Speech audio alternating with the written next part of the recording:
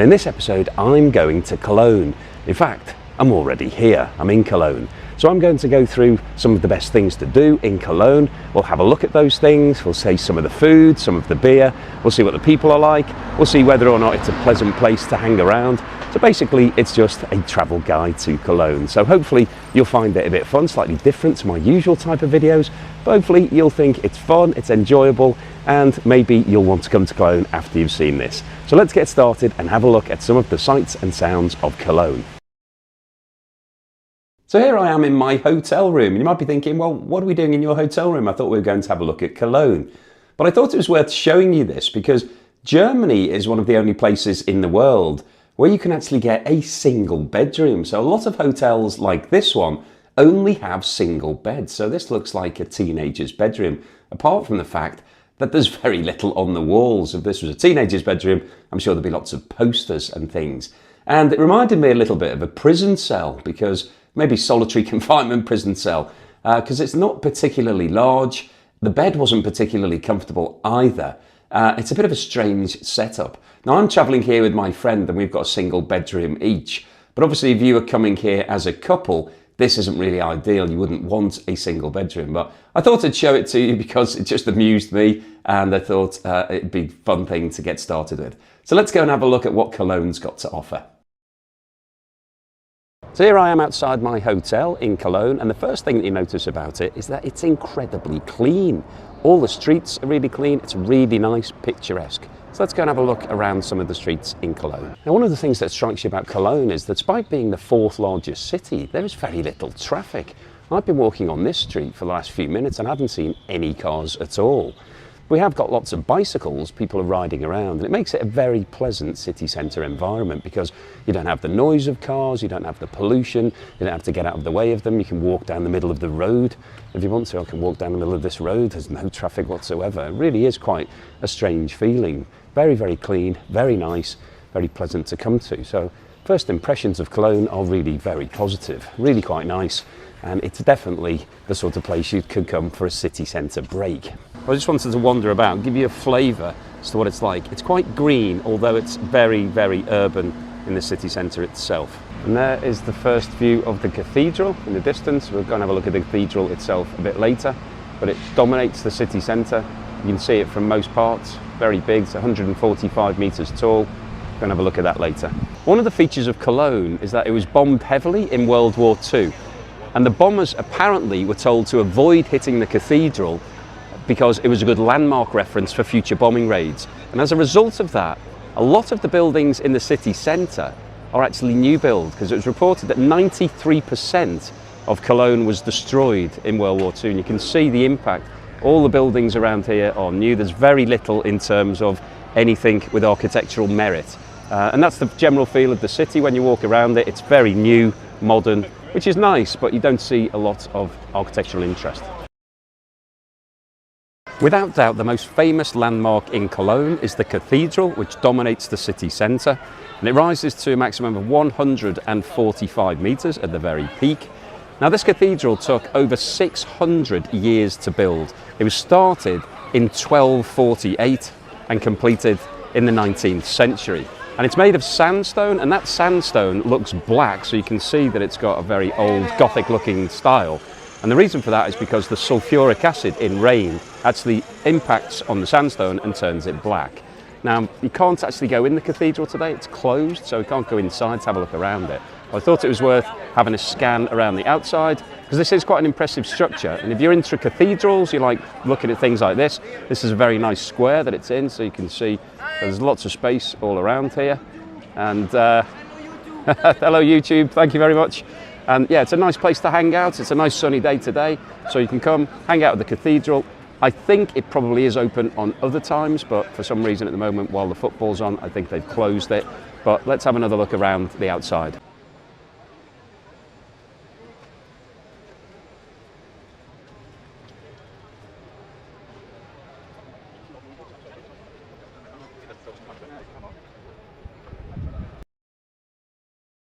So here we are down by the water, the Rhine, and this is the Hohenzollern Bridge, and it apparently has 1,500 train crossings per day on here. And this is a really nice part of the city to come to. You can see that there is lots of greenery, but there's some beer gardens, lots of restaurants over behind me here. Really nice place to come down for lunch and just hang out. But we're going to just have a wander over onto this bridge in a moment, so we'll be able to see what the river looks like from that vantage point.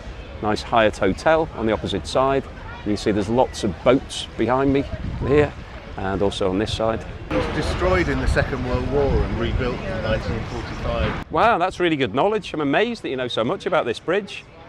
Do you know anything else about it? It's got 3 waves, the design of it, and there's a train going over. Right. Wow, there's one of the 1,500 trains, quick. There we go, fantastic. Right, let's get up onto the bridge. Here we are just about to enter onto the bridge that we just looked at, and you can see there's an amazing station behind us, Cologne station. Really impressive structure. And the other thing you can see here is the juxtaposition between the old and the new, whereby you can see the cathedral. If I just wander around a little bit further, you can see the cathedral against all of these new buildings, because everything was bombed so heavily in World War II. You can see these new buildings there, so a really interesting mix between the really ancient cathedral and then all of this new build construct. And that's basically what Cologne's like across the board. There's lots and lots of new buildings everywhere. Here we are at the start of the bridge walk, and one of the interesting things here is that we've got these love padlocks all behind me. And this was something that started in 2008. It became a tradition, moved over from Italy, where it's very popular on the bridges there. And it's estimated that there are over 40,000 of these padlocks on the bridge now. And the weight of them is somewhere between 2 and 15 tons. So that's obviously adding a lot more weight to this bridge. Now, in a lot of cities, they have been cutting these off, they've been removing them, but not in Cologne. You can see this is absolutely jam-packed full of these padlocks. We've got another one of the 1,500 trains a day going behind me. So let's take a walk over the bridge and have a look at some of these padlocks. Whenever I visit a new city and it has a river, one of the fun things to do is take a walk across one of the many bridges, and this bridge is particularly fun because of all of the padlocks that have been put onto it. But what this enables you to do is get a good perspective of the city. You can see what's going on, have a look at both sides of the river, and you may be able to pick out some things that you're wanting to go and see. Now, I've speeded up the footage here because it makes it more fun. That's the sort of thing that people do on these travelogue videos. You speed everything up. But as you can see, this bridge is very popular, and I would definitely recommend heading down here and crossing over the water just so you can look back and have a look at the cathedral. Now, one of the most famous things about Cologne is its beer, and the KOLSCH beer, which is this, is only brewed in Cologne. So this is basically similar to Parmesan cheese or Parma ham. You can only get it from Cologne, and they're served in these very small glasses, 200 mils. And the reason for this is to keep it fresh. So you basically get a small glass, you finish this, and then you get another small glass rather than getting a big glass and it getting warm. And this stuff does taste delicious. Now, the KOLSCH beers, when they come, they actually come in these barrels, and they hold them up on a chain, and then you can see all the small glasses underneath, and they basically fill these glasses using the barrel. So once it's in position and all bolted in, then they just basically open the tap and out this stuff comes. And then you can fill tons of these small glasses using the little barrel. So let's see if he's just popped he's just taken the foam out from the first one. There's a lot of foam, obviously. Got to get all of that foam out. So this is quite a fun thing to do. Obviously, not drinking the foam, drinking the actual beers. And as I said earlier, these 200 ml glasses are the way to drink it. You don't really want to be having the big pints because it will get all warm. You have it from these small glasses. And the waiters bring these things round with the carry cases, carrying a whole ton of these beers on these little holders. Quite fun, they can swing them around, it doesn't spill anywhere. So if you're coming to Cologne, you have to have one of these beers, or maybe more than one, I don't know, depends what sort of mood you're in. Okay, so it's time for breakfast, and we go to this fantastic bakery here. There are lots of different options in Cologne. You can come and get some really amazing things for breakfast. So the place we're going for breakfast is called Bastian, and this has an amazing selection of breads and pastries and lots of great breakfast things. So let's go and have a little look inside. There's an amazing selection of breads. Very nice, lots of choice. Some great cakes. And then through the back here, we've got a really, really nice outside area. Lovely garden where we can go and have some breakfast in the sun. So let's go and have a look at that, grab our table and get ordering some food. Very, very pleasant environment. Here we go.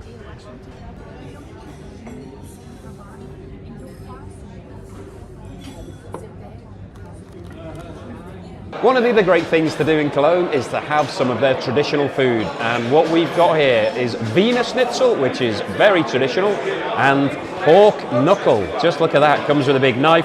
That is a huge knuckle of pork. But yeah, with two basic porky type dishes, and we're going to tuck into them with a couple more of these very small beers. So cheers! Of course, one of the other things that you can do in Cologne is shopping, and like any big city, there are tons of shops.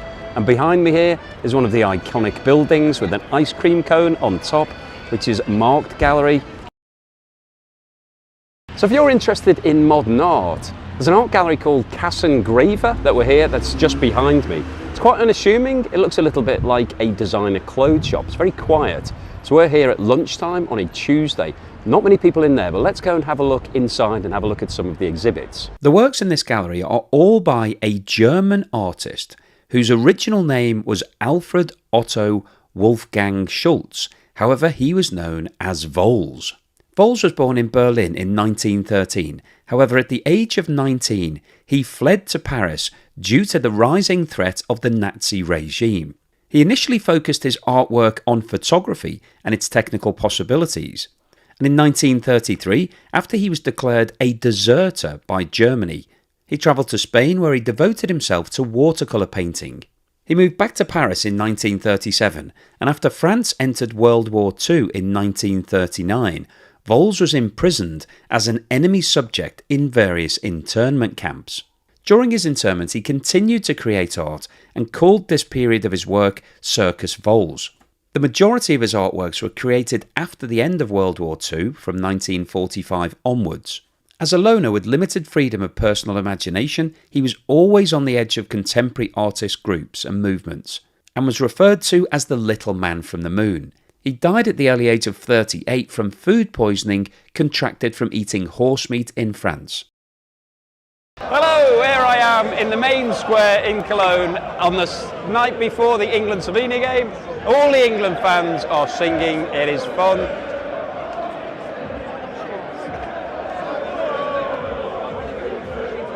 Come on, England! Who's that? Arrest that man, arrest that man. Anyway, I will see you soon. There we go, we've got the game tomorrow. So here I am at Cologne Stadium. We're here for the match, nice and early, lovely day, really hot. The great thing is I've got tickets for corporate hospitality. I've been invited to go and have some posh food and drinks before the game. So let's go and see what the corporate hospitality is like at Euro 24.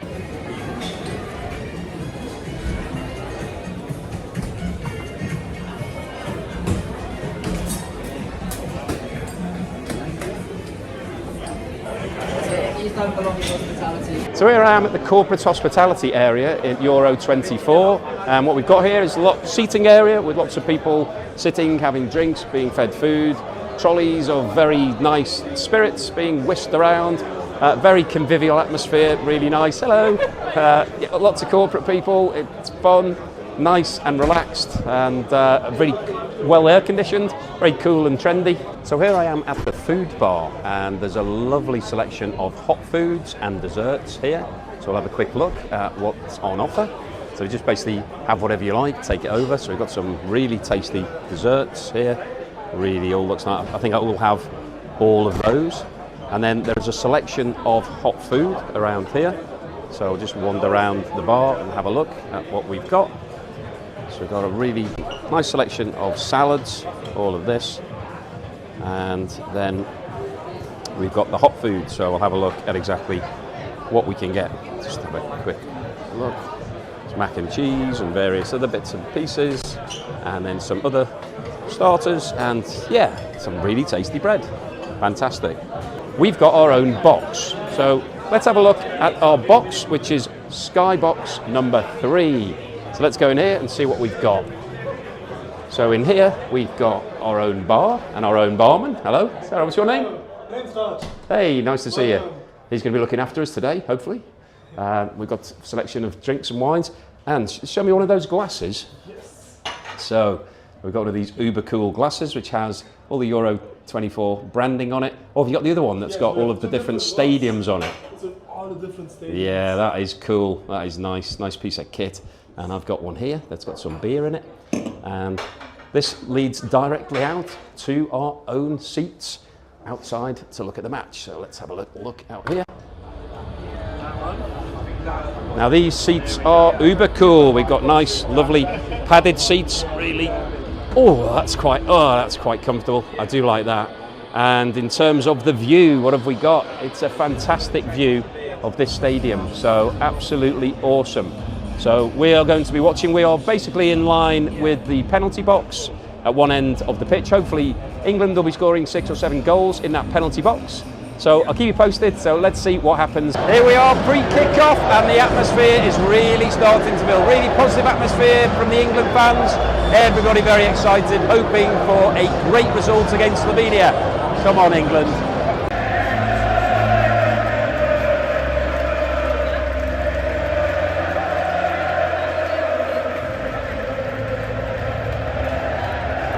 Is finished and it was 0-0, no goals. There was a goal for England, but it was disallowed for being offside for VAR. And that means that England top the group and they go through to the next round. So it was okay. It wasn't the most exciting game, but hopefully it'll be better next time. So what's my overall assessment of Cologne? Well, I think it's a really great place to come for a few days. There's lots of things to do here. The city centre itself is really compact, easy to get around. You've got the river, which is a really nice place to hang out, and there are lots of bars and restaurants down there. So in the sunshine, it's a really great place to be. There's also the nice bridge that we saw with all of the locks on it. That's a nice walk to go over there. You can see the other side of the water. There's also the cathedral, which is a really good focal point. Unfortunately, it wasn't open when we went there, so we couldn't go inside it, but it's a really nice square. There's lots of people hanging out there. The food and drink here is fantastic, particularly the small beers, which we sampled quite a few of.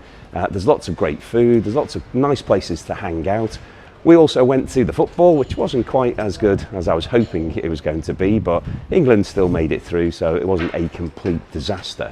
But it's easy to get around here. It's quite a small city centre. It's very safe and clean. There are constant cleaners coming around, people in trucks and sweeping up. So it is incredible. And as I mentioned earlier in the video, because of the bombing in World War II, a lot of the city was destroyed, around 93%.